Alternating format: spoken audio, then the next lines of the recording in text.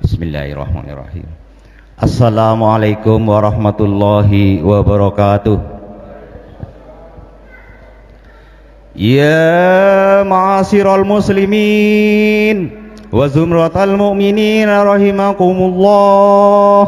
Ruya an Abi Hurairah radhiyallahu anhu qala Rasulullah sallallahu alaihi wasallam idza qulta li sahibika yawmal jum'ati ansit wal imamu yahutubu faqad al-gaut wa man lagha fala jum'ata lah ansitu wasma'u wa ati'u rahimakumullah ansitu wasma'u wa ati'u rahimakumullah ansitu wasma'u wa ati'u la'allakum turhamun.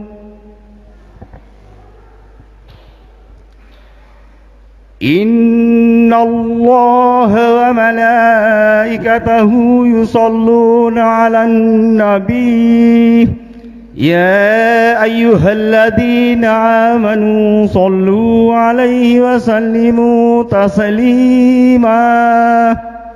Allahumma salli ala sayyidina Muhammad.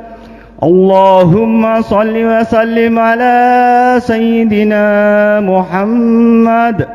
Allahumma salli wa sallim ala sayyidina Muhammad wa ala alihi wa sahbihi ajma'in birahmatika ya arhamar rahimin.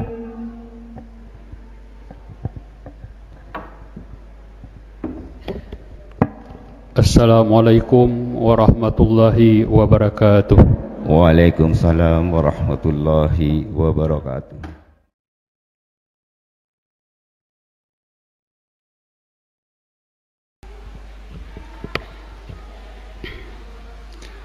Alhamdulillahilladzi arsala rasulahu bil huda wa dinil haqq liyukhrijan nas min zulumati syirki wal jahala ila nuri tauhid wal hidayah. Ashhadu an la ilaha illallah wahdahu la syarikalah wa asyhadu anna Muhammadan abduhu wa rasuluhu la nabiyya ba'dah. Allahumma salli ala sayyidina Muhammad wa ala alihi wa ashabihi ajmain. Ayyuhal muslimun, ittaqullaha haqqa tuqatih wa la tamutunna illa wa antum muslimun. Qala ta'ala fi kitabihil karim, a'udzu billahi minasy syaithanir rajim. Innallaha ya'muru bil adli wa ihsan wa ita'izil qurba wa yanha 'anil fahsya'i wal munkar wal baghi ya'izukum la'alakum tazakkarun. Kaum muslimin jamaah salat Jumat rahimakumullah. Pertama, marilah kita bersyukur kepada Allah Subhanahu wa taala karena sampai detik ini kita masih diberi rahmat-Nya sehingga kita dapat hadir dalam masjid ini untuk menunaikan salah satu kewajiban kita, yaitu melaksanakan ibadah sholat Jumat pada siang hari ini.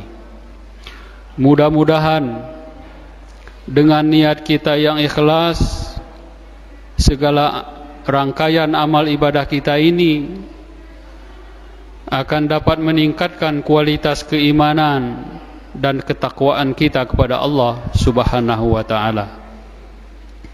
Salawat dan salam semoga tercurah terus kepada junjungan kita Nabi besar Muhammad sallallahu alaihi wasallam. Jamaah salat Jumat rahimakumullah. Selaku khatib berwasiat untuk kita semua pada siang hari ini. Marilah kita berupaya terus untuk meningkatkan ketakwaan kita kepada Allah Subhanahu wa taala dengan melaksanakan perintah-perintah Allah Subhanahu wa taala, sekaligus kita menjauhkan segala larangan Allah Subhanahu wa taala dalam hidup dan kehidupan kita sehari-hari. Kaum muslimin rahimakumullah, dalam kesempatan khutbah hari ini saya ingin menyampaikan salah satu ayat Al-Quran yang hampir setiap hari Jumat disebut atau disampaikan oleh para khatib, dari surah An-Nahl ayat 90. Biasanya khatib di khutbah kedua menyebut ayat ini, innallaha ya'muru bil adli wal ihsan wa ita'izil qurba wa yanha 'anil fahsya'i wal munkar wal baghi ya'izukum la'allakum tazakkarun. Kenapa ayat ini mayoritas khatib menyampaikan dalam khutbah terakhir? Dalam catatan sejarah, di zaman Bani Umayyah, perpecahan politik umat Islam itu sangat dahsyat, menjunjung golongan, menjunjung partai, sehingga dalam salam-salam berpidato selalu menyebut ciri khas golongan. Maka Khalifah Umar bin Abdul Aziz, beliau sebagai khalifah umara dan sekaligus beliau sebagai ulama, untuk berupaya menyatukan umat Islam pada waktu itu, berhentilah menonjolkan ciri khas golongan itu. Beliau menginstruksikan kepada para khatib agar menyampaikan pesan yang sangat mulia melalui ayat ini, yaitu innallaha ya'muru bil adli wal ihsan wa ita'izil qurba wa yanha 'anil fahsya, dan seterusnya. Apa yang terkandung dalam ayat ini? Kalau kita lihat dari terjemahnya, ada 3 perintah penting Allah Subhanahu wa taala dalam ayat ini, dan ada 3 larangan penting pula. Pertama, ayat itu menyatakan innallaha ya'muru bil adli. Sesungguhnya Allah Subhanahu wa taala memerintahkan umat manusia itu supaya berbuat adil, siapapun dia, apapun jabatannya, harus berlaku adil. Itu perintah yang pertama. Dan menurut riwayat Imam Bukhari, bahwa salah satu ayat yang paling banyak dibahas di dunia ini adalah ayat ini. Dimanapun manusia, baik dia Islam maupun tidak, selalu menyebut ayat ini, Al-Adl. Tidak ada yang tidak menyebut adil dalam pelayanan manusia, mulai dari RT sampai ke tingkat nasional, selalu harus adil. RT harus melayani rakyat dengan adil. Kalau kita di kantor harus melayani orang dengan adil. Selalu disebutkan apapun keadaannya, harus adil. Dalam tafsir Kementerian Agama atau ahli-ahli tafsir yang sudah dirangkum, minimal ada 4 keadilan yang harus dilaksanakan agar kehidupan di dunia ini agak nyaman. Pertama, terutama bagi kita umat Islam, harus adil hubungan dengan Allah Subhanahu wa ta'ala. Bagaimana menjaga keadilan dengan Allah Subhanahu wa ta'ala? Hindari menyekutukan Allah. Hindari dari segala musyrik. Karena musyrik itu adalah kezaliman yang besar. Tidak mungkin adil kalau orang sudah musyrik. Inna syirka la zulmun azim, al-ayah. Sesungguhnya kemusyrikan itu adalah biangnya kezaliman. Itu yang pertama, kita harus adil. Bagaimana? Jagalah keimanan kita. Jangan menyekutukan Allah Subhanahu wa ta'ala. Yang kedua, harus adil dengan diri kita sendiri dan keluarga. Kita jangan dulu memikirkan keadilan orang lain. Cobalah adil terhadap diri kita dan keluarga kita. Kadang-kadang orang tidak bisa berbuat adil terhadap jasadnya sendiri. Mata punya hak, perut punya hak. Tapi kadang-kadang dengan mengikutkan hawa nafsu tidak adil terhadap mata kita. Begadang sampai larut malam main gap, padahal mata sudah ngantuk. Itu termasuk zalim terhadap dirinya sendiri, terhadap anggota tubuhnya. Juga harus adil. Kalau sudah bisa adil terhadap diri sendiri, insya Allah akan adil dalam keluarga. Bapak harus bisa adil terhadap istrinya. Ibu harus bisa adil terhadap suaminya. Sebagai pimpinan rumah tangga harus adil kepada anak-anaknya. Bagaimana kita melayani, memperlakukan anak-anak kita.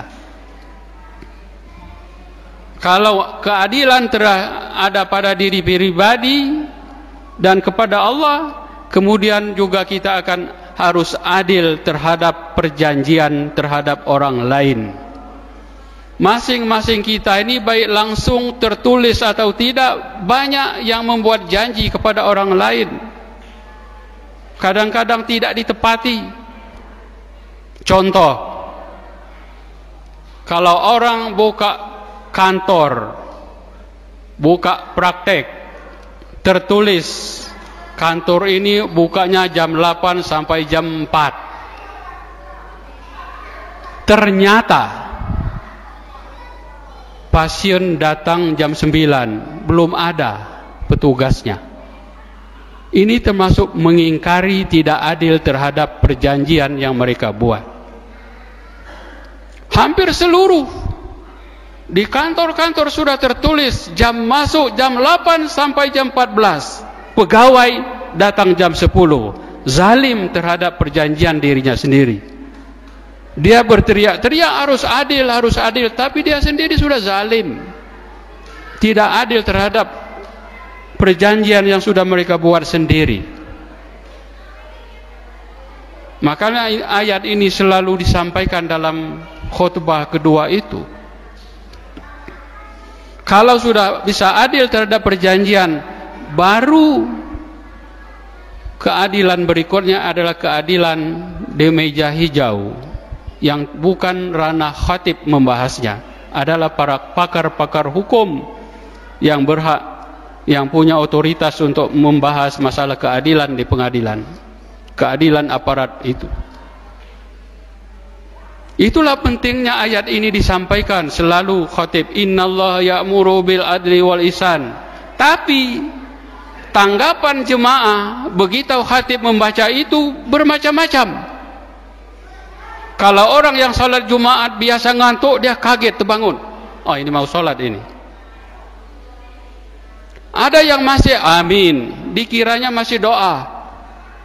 Padahal Rabbana atina fid dunya hasanah, langsung khatib lanjutkan innallaha ya'muru bil adli wa ihsan. Semestinya Begitu khatib menyampaikan innallaha ya'muru bil adli wal ihsan, apakah saya ini sudah bisa adil?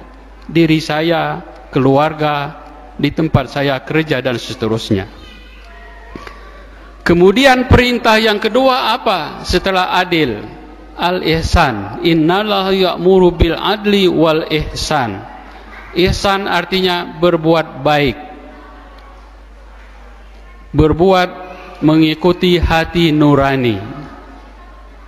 Dalam salah satu hadis disebutkan dalam riwayat Abu Hurairah, dari Abu Hurairah diriwayatkan Imam Bukhari, al-ihsanu anta budallaha ka'annaka tarahu wa illam takun tarahu fa innahu yarak. Artinya orang yang ihsan dalam beribadah itu, dia beribadat seakan-akan melihat Tuhan, padahal dia tidak mungkin melihat Tuhan, tapi yakin seluruh ucapan kita, seluruh yang ada di dalam hati kita, Allah Subhanahu wa taala melihatnya. Kalau sudah demikian, tidak mungkin kita akan berbuat zalim di dunia ini. Yang ketiga, perintah yang ketiga dalam ayat ini, wa itaizil qurba. Dimanapun kita, siapapun kita, perhatikanlah kerabat keluarga. Kerabat keluarga artinya saudara yang masih ada hubungan darah dengan kita. Kenapa? Karena kecenderungan orang sekarang ini harus bersahabat dengan orang yang sudah mapan. Kalau dengan wali kota, dengan kepala dinas, padahal hanya satu kabupaten, itu kawan saya, itu masih ada hubungan keluarga dengan saya, karena dia menjadi kepala dinas atau menjadi wali kota. Begitu ada keluarganya, kerabatnya yang masih darah dagingnya dari dusun, miskin, tidak sekolah. Siapa itu, Pak? Itu dari kampung saya itu. Tidak mau mengaku keluarga. Jangankan memperhatikan, jangankan memberi bantuan, mengaku keluarga saja malu. Itulah diingatkan dalam khutbah tiap Jumat bagi kita bapak-bapak. Seperti hari ini, berapa juta khatib menyampaikan ayat ini, saking pentingnya ayat ini. Innallaha ya'muru bil adli wal ihsan wa ita'izil qurba. Kemudian berikutnya, wa yanha anil fahsya. Ada larangan. Larangan terutama segala fahsya, segala dosa, segala perbuatan keji, maksiat, hindari. Menjauhkan maksiat. Wal munkar, perbuatan yang merusak pribadi maupun orang lain. Apa? Seperti minuman keras, itu kan merusak otak sendiri dan merusak orang lain, harus dihindari. Wal baghi, permusuhan. Yang menjadi masalah sekarang ini, ada kecenderungan umat Islam ayat ini dipenggal, melarang maksiat, melarang berbuat mungkar, melarang permusuhan. Jangan disampaikan, nanti disebut intoleran, disebut fanatik, tidak menghormati orang lain. Memang masalah. Coba di lingkungan bapak-bapak sekalian, kalau kita mengajak masyarakat untuk berbuat baik, tidak ada masalah. Ayo kita berjemaah ke masjid, ya nanti aku nyusul. Tapi kalau bapak-bapak mencegah kemungkaran, hoi berhentilah pula judi itu, balik diadang tengah jalan. Mau judi mau apa, kehendak kami. Nak mau masuk neraka mau apa, kenapa bapak ngurusi orang lain? Ada tantangan besar. Mencegah kemungkaran itu banyak tantangan. Maka kecenderungan bahkan Di sekolah-sekolah jangan diajarkan mencegah kemungkaran, cukup mengajak perbaikan. Harus merubah ayat Al-Quran ini. Lihatlah komentar-komentar para pakar. Banyak yang tidak senang dengan ayat yang mencegah kemungkaran ini. Kaum muslimin rahimakumullah. Oleh sebab itu marilah kita mulai dari diri kita, keluarga kita berlaku adil, mengayomi keluarga kerabat, berupaya menjauhkan diri kita, keluarga kita dari perbuatan dosa, maksiat dan permusuhan. Satu orang musuh sudah terlalu berat di dunia ini. Jangankan banyak musuh, susah kita hidup. Mudah-mudahan ada manfaatnya bagi kita semua dan dapat meningkatkan keimanan dan ketakwaan kita kepada Allah Subhanahu wa taala. Barakallahu li wa lakum fil Qur'anil azim wa nafa'ani wa iyyakum bima fihi minal ayati wa zikril hakim wa taqabbala minni wa minkum tilawatahu innahu was-sami'ul alim. Allahumma salli ala sayyidina Muhammad wa ala ali sayyidina Muhammad.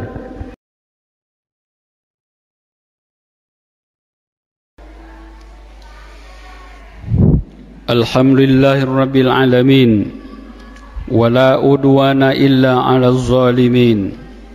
Salawatullah wa salamuhu ala khatamil mursalin. Ahmaduhu subhanahu wa atubu ilaih. Ashhadu an la ilaha illallah wahdahu la syarikalah wa ashhadu anna Muhammadan abduhu wa rasuluh. Allahumma salli ala sayyidina Muhammad wa ala ali sayyidina Muhammad. Amma ba'du, fa ya ayuhan nas ittaqullah faqad fazal muttaqun. Qala ta'ala fi kitabihil karim, innallaha wa malaikatahu yusalluna 'alan nabi ya ayyuhallazina amanu sallu 'alaihi wa sallimu taslima warhamna ma'ahum birahmatika ya arhamar rahimin. Allahumma ighfir lil muslimina wal muslimat wal mu'minina wal mu'minat al ahya' minhum wal amwat innaka sami'un qaribun mujibud da'awat. Allahumma ighfir lana dzunubana wa liwalidina warhamhum kama rabbawna shighara wa li jamil muslimina wal muslimat al ahya' minhum wal amwat innaka sami'un qaribun mujibud da'awat. Rabbana zalamna anfusana wa illam taghfir lana wa tarhamna lanakunanna minal khasirin. Rabbana atina fid dunya hasanah wa fil akhirati hasanatan wa qina azabannar. Ibadallah, innallaha ya'muru bil adli wal ihsan wa ita'i dzil qurba wa yanha 'anil fahsya'i wal munkar wal baghi ya'izukum la'allakum tadhakkarun. Fazkurullah al-azima yazkurkum waskuruhu ala ni'ami yazidkum wa la zikrullahi akbar wallahu ya'lamu ma tasna'un. Aqimus shalah.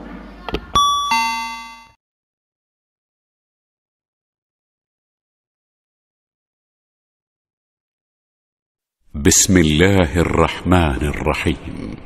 أتى أمر الله فلا تستعجلوه سبحانه وتعالى عما يشركون. ينزل الملائكة بالروح من أمره على من يشاء من عباده أن أنذروا أنه لا إله إلا أنا فاتقون. خلق السماوات والأرض بالحق تعالى عما يشركون.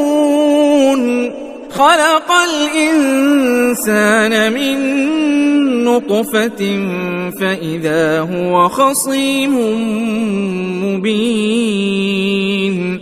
والأنعام خلقها لكم فيها دفء ومنافع ومنها تأكلون ولكم فيها جمال حين تريحون وحين تسرحون وتحمل أثقالكم إلى بلد لم تكونوا بالغيه إلا بشق الأنفس إن ربكم لرؤوف رحيم والخيل والبغال والحمير لتركبوها وزينة ويخلق ما لا تعلمون وعلى الله قصد السبيل ومنها جائر ولو شاء لهداكم أجمعين هو الذي أنزل من السماء ماء لكم منه شراب ومنه شجر فيه تسيمون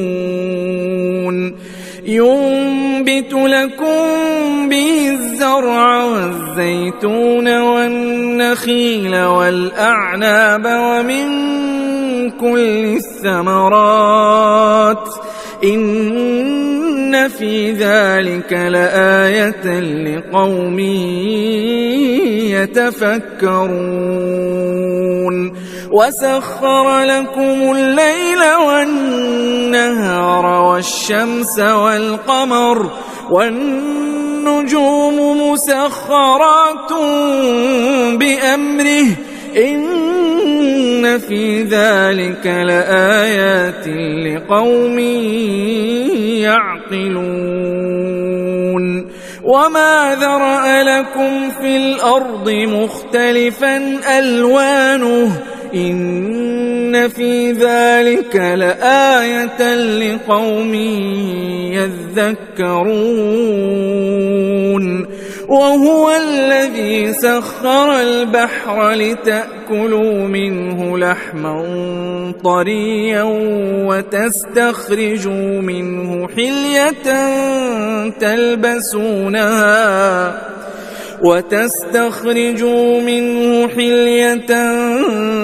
تلبسونها وترى الفلك مواخر فيه ولتبتغوا من فضله ولعلكم تشكرون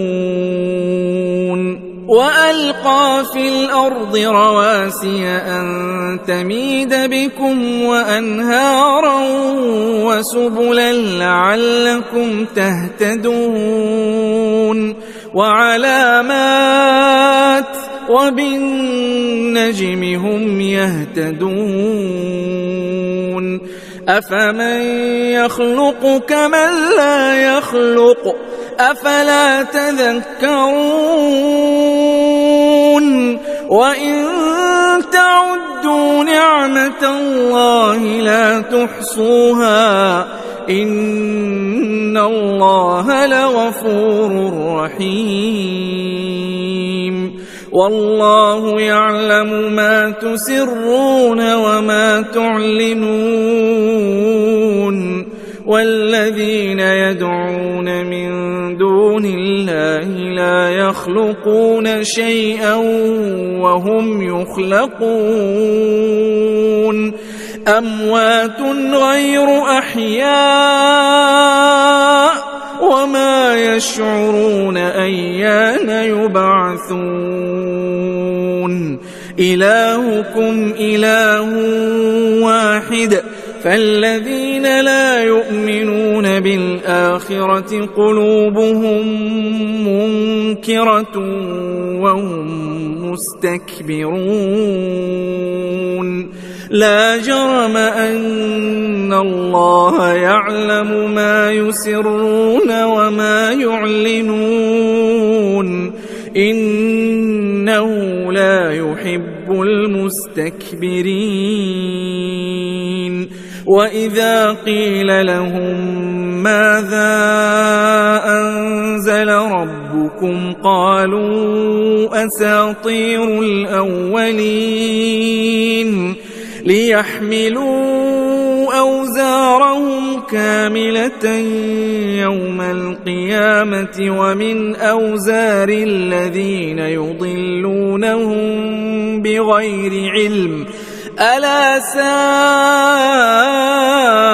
ما يزرون قد مكر الذين من قبلهم فأتى الله بنيانهم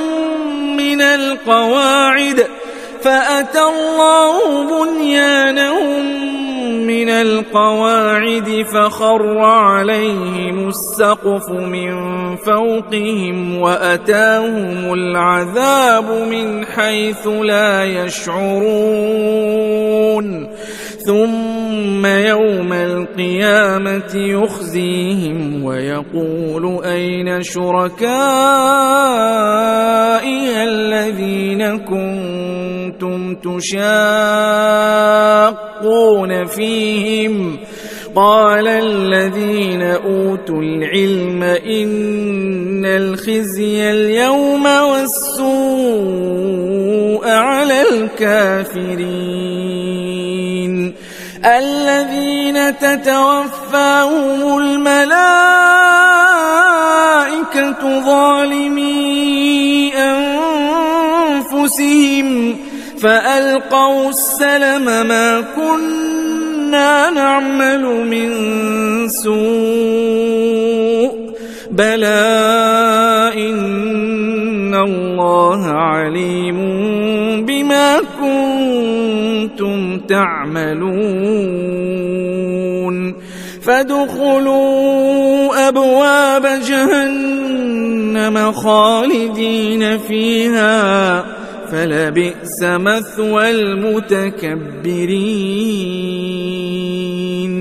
وقيل للذين اتقوا ماذا أنزل ربكم قالوا خيرا للذين أحسنوا في هذه الدنيا حسنة ولدار الآخرة خير ولنعم دار المتقين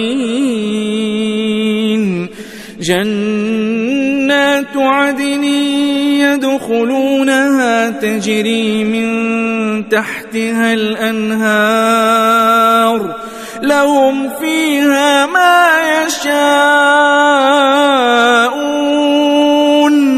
كذلك يجزي الله المتقين الذين تتوفاهم الملائكة طيبين يقولون سلام عليكم ادخلوا الجنة بما كنتم تعملون هل ينظرون إلا أن تأتيهم الملائكة أو يأتي أمر ربك كذلك فعل الذين من قبلهم وما ظلمهم الله ولكن كانوا أنفسهم يظلمون فأصابهم سيئات ما عملوا وحاق بهم ما كانوا به يستهزئون وقال الذين أشركوا لو شاء الله ما عبدنا من دونه من شيء نحن ولا آباؤنا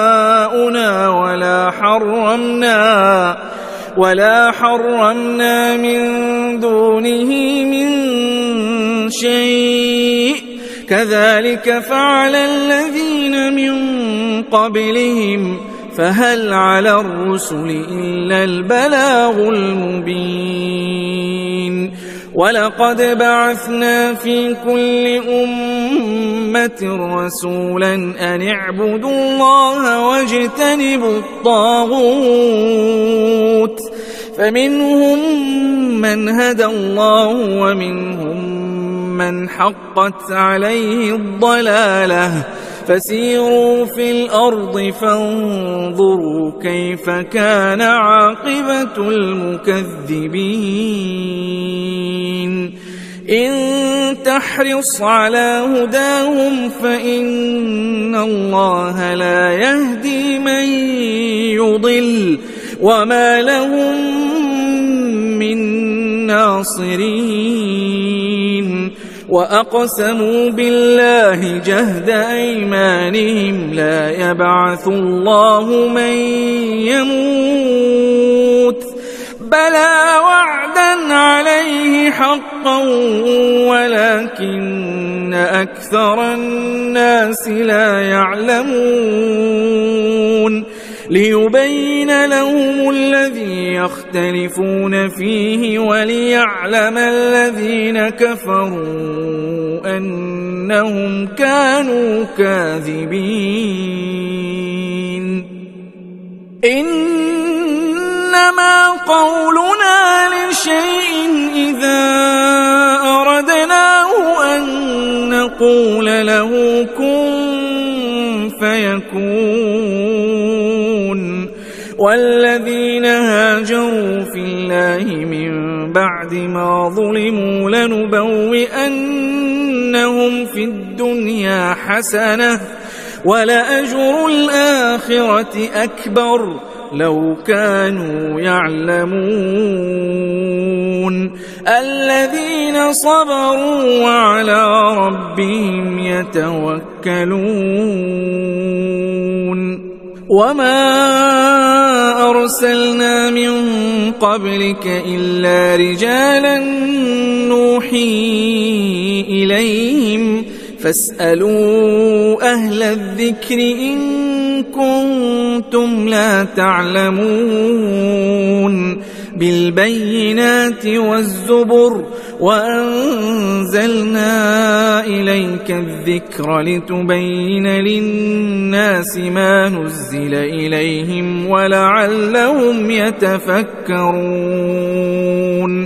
أفأمن الذين مكروا السيئات أن يخسف الله بهم الأرض أو يأتيهم العذاب من حيث لا يشعرون أو يأخذهم في تقلبهم فما هم بمعجزين أو يأخذهم على تخوف فإن ربكم لرؤوف رحيم أولم يروا إلى ما خلق الله من شيء يتفيأ ظلاله عن اليمين والشمائل سجدا لله وهم داخرون ولله يسجد ما في السماوات وما في الأرض من دابة والملائكة وهم لا يستكبرون يخافون ربهم من فوقهم ويفعلون ما يؤمرون وقال الله لا تتخذوا إلهين اثنين إنما هو إله واحد فإياي فارهبون وله ما في السماوات والأرض وله الدين واصبا أفغير الله تتقون وما بكم من نعمة فمن الله ثم إذا مسكم الضر فإليه تجأرون ثم ثم إذا كشف الضر عنكم إذا فريق منكم بربهم يشركون ليكفروا بما آتيناهم فتمتعوا فسوف تعلمون ويجعلون لما لا يعلمون نصيبا مما رزقناهم تالله لتسألن عما كنتم تفترون ويجعلون لله البنات سبحانه ولهم ما يشتهون وإذا بشر أحدهم بالأنثى ظل وجهه مسودا وهو كظيم يتوارى من القوم من سوء ما بشر به أيمسكه على هون أم يدسه في التراب ألا ساء ما يحكمون للذين لا يؤمنون بالآخرة مثل السوء ولله المثل الأعلى وهو العزيز الحكيم ولو يؤاخذ الله الناس بظلمهم ما ترك عليها من دابة ولكن يؤخرهم إلى أجل مسمى فإذا جاء أجلهم لا يستأخرون ساعة ولا يستقدمون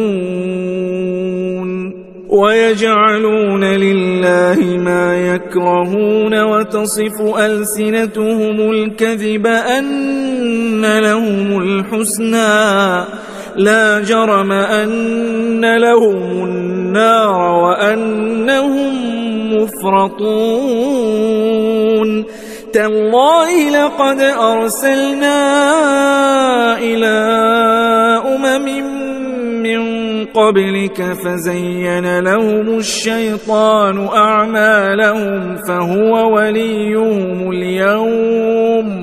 فزين لهم الشيطان أعمالهم فهو وليهم اليوم ولهم عذاب أليم وما أنزلنا عليك الكتاب إلا لتبين لهم الذي اختلفوا فيه وهدى ورحمة لقوم يؤمنون والله أنزل من السماء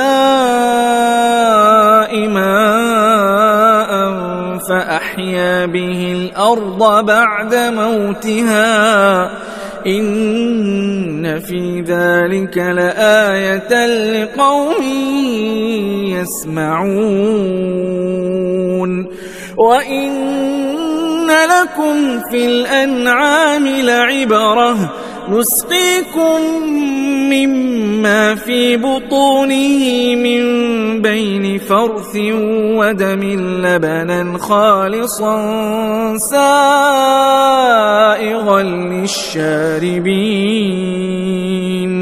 ومن ثمرات النخيل والأعناب تتخذون منه سكرا ورزقا حسنا إن في ذلك لآية لقوم يعقلون وأوحى ربك إلى النحل أن اتخذي من الجبال بيوتا ومن الشجر ومما يعرشون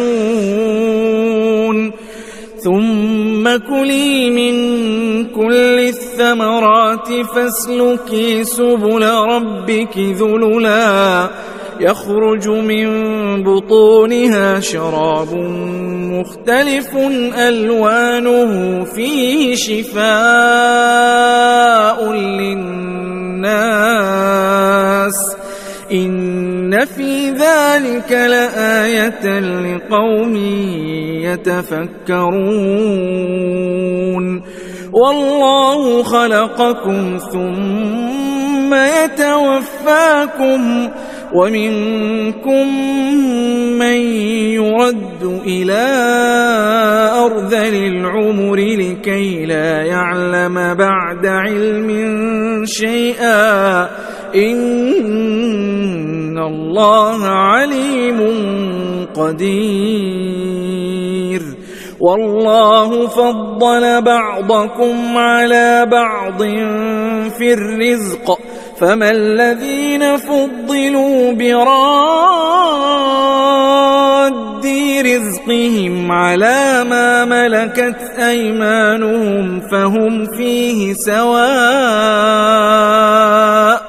أفبنعمة الله يجحدون والله جعل لكم من أنفسكم أزواجا وجعل لكم من أزواجكم بنين وحفدة ورزقكم من الطيبات أفبالباطل يؤمنون وبنعمة الله هم يكفرون ويعبدون من دون الله ما لا يملك لهم رزقا من السماوات والأرض شيئا ولا يستطيعون فلا تضربوا لله الأمثال إن الله يعلم وأنتم لا تعلمون ضرب الله مثلا عبدا مملوكا لا يقدر على شيء ومن رزقناه منا رزقا حسنا فهو ينفق منه سرا وجهرا هل يستوون الحمد لله بل أكثرهم لا يعلمون وضرب الله مثلا رجلين أحدهما أبكم لا يقدر على شيء وهو كل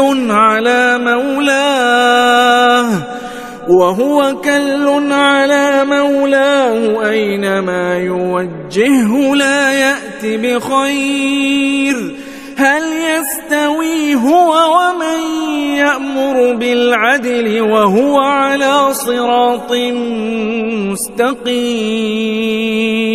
ولله غيب السماوات والأرض وما أمر الساعة إلا كلمح البصر أو هو أقرب إن الله على كل شيء قدير والله أخرجكم من بطون أمهاتكم لا تعلمون شيئا وجعل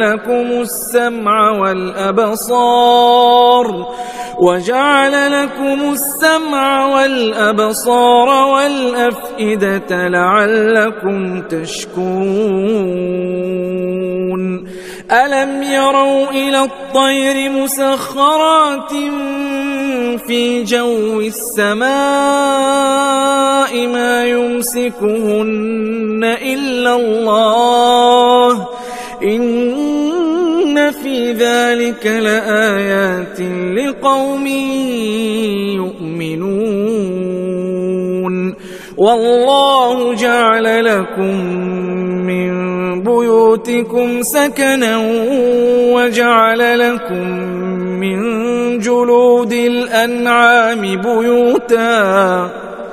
وجعل لكم من جلود الأنعام بيوتا تستخفونها يوم ظعنكم ويوم إقامتكم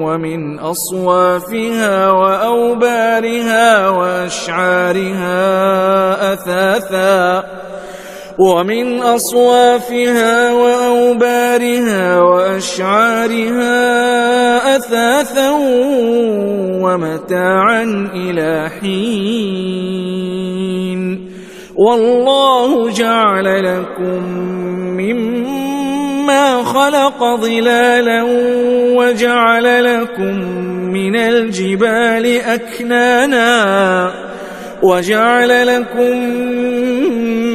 الجبال أكنانا وجعل لكم سرابيل تقيكم الحر وسرابيل تقيكم بأسكم كذلك يتم نعمته عليكم لعلكم تسلمون فإن تولوا فإنما عليك البلاغ المبين يعرفون نعمة الله ثم ينكرونها وأكثرهم الكافرون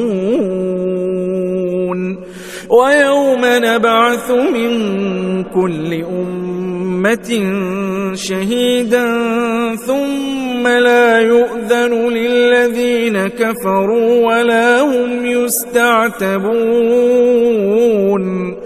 وإذا رأى الذين ظلموا العذاب فلا يخفف عنهم ولا هم ينظرون وإذا رأى الذين أشركوا شركاءهم قالوا ربنا هؤلاء شركاؤنا الذين كنا ندعو من دونك فألقوا إليهم القول إنكم لكاذبون وألقوا إلى الله يومئذ السلم وضل عنهم ما كانوا يفترون الذين كفروا وصدوا عن سبيل الله زدناهم عذابا فوق العذاب بما كانوا يفسدون ويوم نبعث في كل أمة شهيدا عليهم من أنفسهم وجئنا بك شهيدا على هؤلاء ونزلنا عليك الكتاب تبيانا لكل شيء وهدى ورحمة وبشرى للمسلمين إن الله يأمر بالعدل والإحسان وإيتاء ذي القربى وينهى عن الفحشاء والمنكر والبغي يعظكم لعلكم تذكرون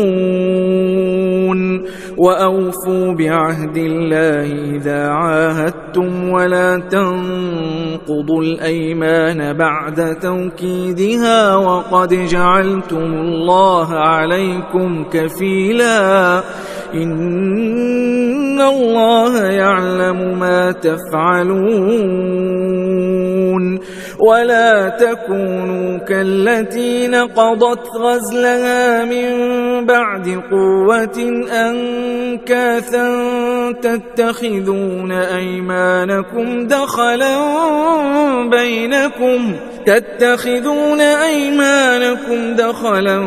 بينكم أن تكون أمة هي أربى من أمة إنما يبلوكم الله به وليبيننه لكم يوم القيامة ما كنتم فيه تختلفون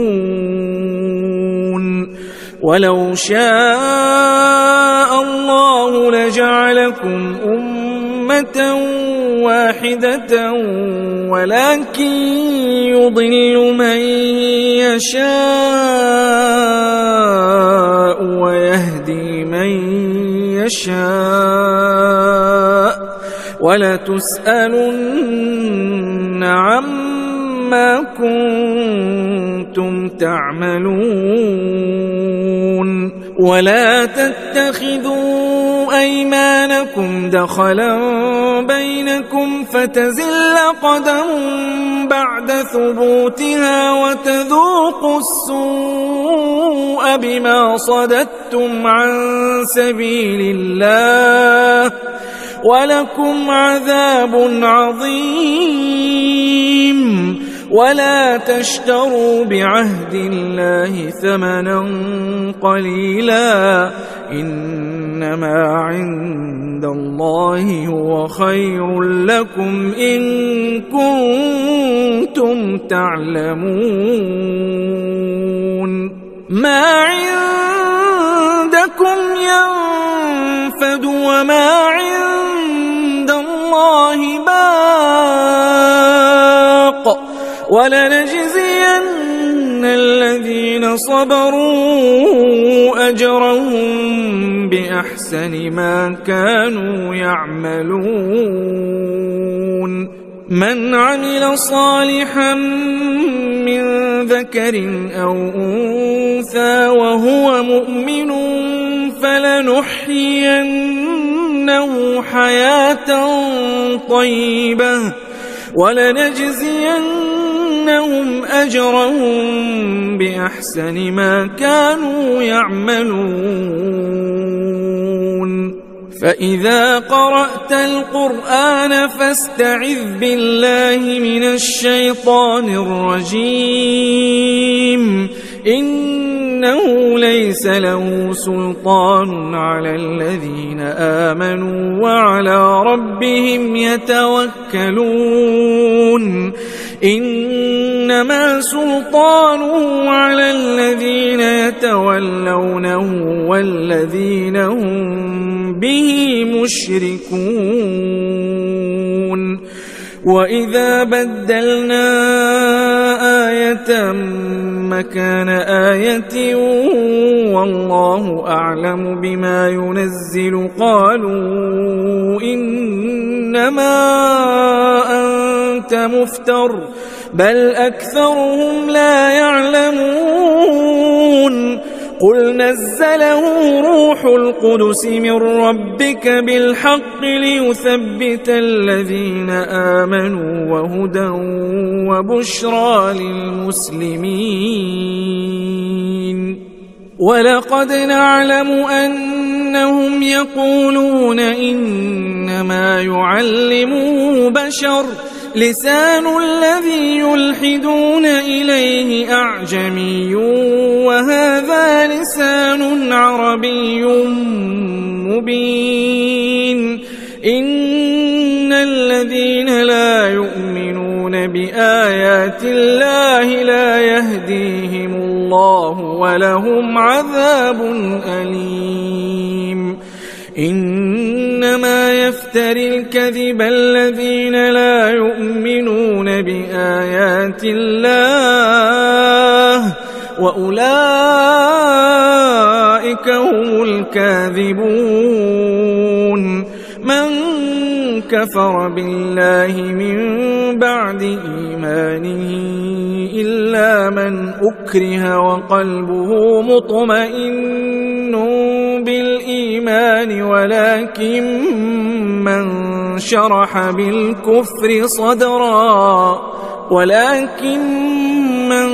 شرح بالكفر صدرا فعليهم غضب من الله ولهم عذاب عظيم ذلك بأنه مستحب الحياة الدنيا على الآخرة وأن وأن الله لا يهدي القوم الكافرين. أولئك الذين طبع الله على قلوبهم وسمعهم وأبصارهم وأولئك هم الغافلون. لا جرم أنهم في الآخرة هم الخاسرون. ثم إن ربك للذين هاجروا من بعد ما فتنوا ثم جاهدوا وصبروا إن ربك من بعدها لغفور رحيم. يوم تأتي كل نفس تجادل عن نفسها وتوفى كل نفس ما عملت وهم لا يظلمون. وضرب الله مثلا قرية كانت آمنة مطمئنة يأتيها رزقها رغدا من كل مكان فكفرت بأنعم الله فأذاقها الله لباس الجوع والخوف بما كانوا يصنعون. ولقد جاءهم رسول منهم فكذبوه فأخذهم العذاب وهم ظالمون. فكلوا مما رزقكم الله حلالا طيبا واشكروا نعمة الله إن كنتم إياه تعبدون. إنما حرم عليكم الميتة والدم ولحم الخنزير وما أهل لغير الله به فمن اضطر غير باغ ولا عاد فإن الله غفور رحيم. ولا تقولوا لما تصف ألسنتكم الكذب هذا حلال وهذا حرام لتفتروا على الله الكذب إن الذين يفترون على الله الكذب لا يفلحون. متاع قليل ولهم عذاب أليم. وعلى الذين هادوا حرمنا ما قصصنا عليك من قبل وما ظلمناهم ولكن كانوا أنفسهم يظلمون. ثم إن ربك للذين عملوا السوء بجهالة ثم تابوا من بعد ذلك وأصلحوا إن ربك من بعدها لغفور رحيم. إن إبراهيم كان أمة قانتا لله حنيفا ولم يك من المشركين شاكرا لأنعمه اجتباه وهداه إلى صراط مستقيم. وآتيناه في الدنيا حسنة وإنه في الآخرة لمن الصالحين.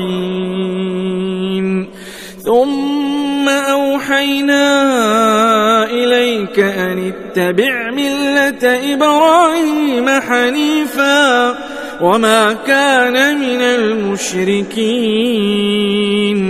إنما جعل السبت على الذين اختلفوا فيه وإن إن ربك ليحكم بينهم يوم القيامة فيما كانوا فيه يختلفون ادع إلى سبيل ربك بالحكمة والموعظة الحسنة وجادلهم بالتي هي أحسن إن ربك هو أعلم بمن ضل عن سبيله وهو أعلم بالمهتدين وإن عاقبتم فعاقبوا بمثل ما عوقبتم به ولئن صبرتم لهو خير للصابرين واصبر وما صبرك إلا بالله ولا تحزن عليهم ولا تك في ضيق مما يمكرون إن الله مع الذين اتقوا والذين هم محسنون